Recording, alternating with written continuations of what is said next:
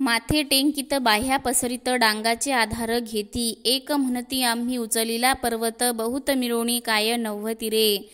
बाहे कडाडीत मनगटे लचकत, म्हणून उठिले अवघे रे. तया माझी असतान दिसे बाप, समर्थ थोर तुझी मावरे. काळू आतुडे परी वेळून आतुडे, म्हणून रक्षिले सकळा रे.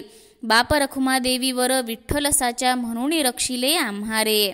गोवर्धन पर्वत आम्ही डोक्याचा व हाताचा आधार देत उचलला, असे त्या भगवंताची सामर्थ्य लक्षात न घेता ते सर्व गोकुळवासी बोलू लागले.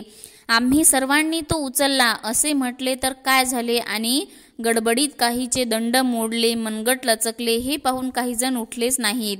तरी तो पर्वत देवाने एका करंगळीवर उचलला हे कोणाच्याच लक्षात आले नाही. काळच आला होता पण वेळ आली नव्हती, म्हणून सर्वांचे रक्षण झाले.